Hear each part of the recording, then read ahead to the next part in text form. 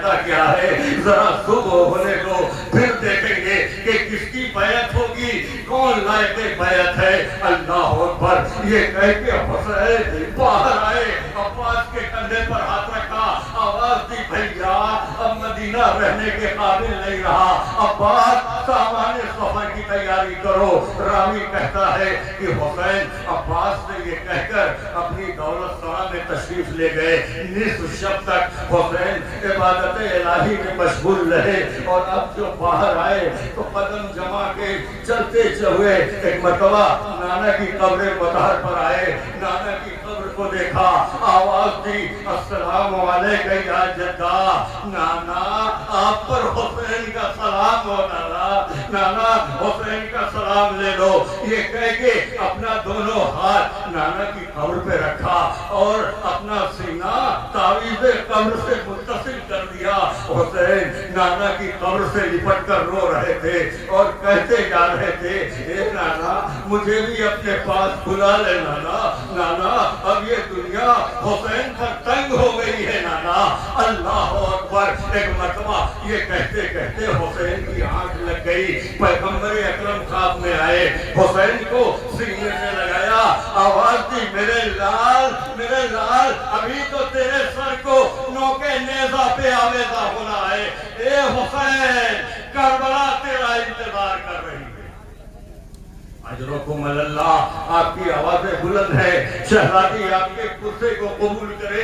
اے رونے والو، عجیب مرحلہ فکر ہے۔ حسین نانا کی قبر سے اٹھے اور اب چلے بھائی کی قبر کی طرف، بھائی کی قبر پہ آئے، سلام کیا، بھائی سے رخصت ہوئے اور اب مڑے ماں کی قبر کی طرف۔ روایت کہتی ہے کہ حسین جب نانا کی قبر پر جا رہے تھے تو ایسے جا رہے تھے کہ جیسے کوئی کوہ وقار جا رہا ہو، اور جب بھائی کی قبر پر گئے تو ایسے گئے کہ جیسے کسی شہنشاہ کی سواری جا رہی ہو۔ لیکن جب حسین ماں کی قبر پر گئے تو اتنی تیزی سے آگے بڑھے کہ جیسے کوئی چھوٹا بچہ ماں کی گود کی جانی پڑتا ہے۔ ماں کی قبر پر آئے، حسین نے اپنے آپ کو ماں کی قبر پر گرا دیا، اے ماں آپ کی قبر پر شمع جلانے والا جا رہا ہے ماں، اب حسین لوٹ کے مدینہ نہیں آئے گا۔ اللہ اکبر، ایک مرتبہ حسین نے عجب فطرہ کہا، اماں کیا آپ قبر میں چین سے سوئی ہو؟ اماں اٹھو، نانا کے دین پر وقت آ گیا ہے۔ اے اماں اٹھو، اماں لہو لہان چمن دیکھنے چلو، ارے زینب کے بازوؤں میں رسم دیکھنے چلو۔ اجرکم علی الزہرا، ہار باب عطا۔ حسین ماں کی قبر سے لپٹ کر رو رہے تھے کہ ایک مرتبہ قبر زہرا ہلنے لگی، آواز آئی، اے میرے لال حسین تو اکیلا نہیں جائے گا، اے حسین ارے تو مدینہ چھوڑے گا، فاطمہ قبر چھوڑے گی، ارے میں نے چکیاں پیس کر پالا ہے۔ اللہ اکبر، حسین واپس آئے اور ایک مرتبہ آواز دی، عباس ہماری تیار کرو، محملیں لگاؤ، سرداریوں کو سوار کراؤ۔ مبلغ اعظم اسماعیل دیوبندی پڑھا کرتے تھے کہ جب حسین چلنے لگے تو حسین کی 6 سال کی صبرا گھر کے دروازے پر کھڑی تھی۔ ایک مرتبہ مولا حسین نے صبرا کا چہرہ دیکھا، ایک فکرہ کہا کہ جو بیوی ناقے پر سوار ہو صبرا کے سر پر ہاتھ رکھے، تسلی اور تشفی کے کلمات ادا کرے۔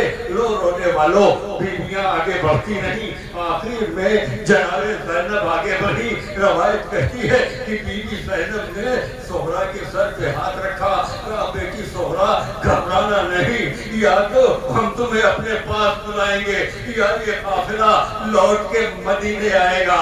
اللہ اکبر، اے رونے والوں، بس یہ سننا تھا کہ سہرا کے صبر کا باندھ ٹوٹ گیا۔ اے پھوپھی اماں، ارے آپ لوگ مجھے کچھ بتا کے جائیں یا نہ بتا کے جائیں، میں سب جانتی ہوں کہ یہ جو قافلہ جا رہا ہے اب یہ قافلہ صحیح و سالم لوٹ کے نہیں آئے گا، اب میرے بابا سے میری ملاقات نہیں ہوگی۔ اللہ اکبر! اے رونے والوں، ایک مرتبہ جیسے ہی شہزادی زینب نے یہ فکرے سنے، کہا بی بی صغرا آخر تم ایسا کیوں کہہ رہی ہو؟ کہا اے پھوپھی اماں آپ جانتی ہیں نا کہ میں کچھ دنوں سے بیمار ہوں، مجھے رات بھر نیند نہیں آتی ہے۔ اے پھوپھی اماں لیکن کچھ دنوں سے ایسا ہو رہا ہے کہ جب نصف شب گزر جاتی ہے تو ایک بی بی سیاہ چادر میں لپٹی ہوئی ہمارے گھر میں آتی ہے اور کہتی ہے اے میرے حسین میں تجھے کہاں کہاں رہوں گی، اے میرے حسین میں تجھے کہاں کہاں کروں گی۔ بس جناب زینب نے جیسے ہی یہ سنا ایک مرتبہ آگے بڑھی، پڑھنے کے بعد مولا حسین کے پاس آئی، ایک فکرہ کہا اے بھیا میں نے ابھی تک نہیں کہا لیکن اے بھیا اب میں بھی کہہ رہی ہوں اگر ممکن ہو تو صغرا کو بھی ساتھ لے کر چلو۔ اور مولا حسین کہتے ہیں اے بہن زینب ہم سب کو ساتھ لے کے جا سکتے ہیں لیکن صغرا کو ساتھ لے کر نہیں جا سکتے۔ اے بھیا ٹھیک ہے نہ لے جائیے لیکن سبب تو بیان کر دیجئے۔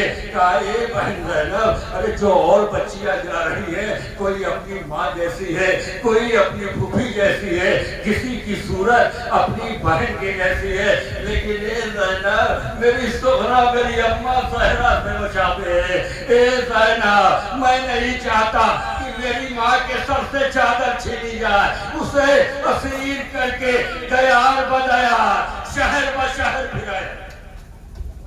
اجرکم اللہ ہر باب عطا مولا حسین صغرا تڑپتی رہی، حسین چلے گئے۔ روایت کا فکرہ ہے کہ حسین بہنوں کو لے کر مکہ آئے، جیسے ہی مکہ آئے ایک مرتبہ روایت نے جملہ لکھا کہ یہاں حاجیوں کی اقتدار تھی، لوگوں نے حسین کو آتے ہوئے دیکھا، قریب آ کے ایک بزرگ نے کہا حسین تمہارے نانا بھی حج کرنے آئے تھے، تمہارے بابا علی بھی حج کرنے آئے تھے، تمہارے بھائی حسین بھی حج کرنے آئے تھے، مگر ان کے پاس قربانی کے عمدہ جانور تھے، حسین تمہارے پاس کوئی قربانی نہیں ہے۔ یہ بس یہ سننا تھا کہ ایک مرتبہ زہرا کے لال نے دائیں بائیں دیکھ کے ایک جملہ کہا آئنا آئنا اخی العباس، آئنا آئنا بنی الاکبر، بھائی عباس ادھر آؤ، بیٹا علی اکبر ادھر آؤ، اور ایک مرتبہ حاجیوں کے سامنے کر کے کہا لو دیکھو ایسی قربانی نہ میرا بابا لایا، نہ میرا نانا لایا،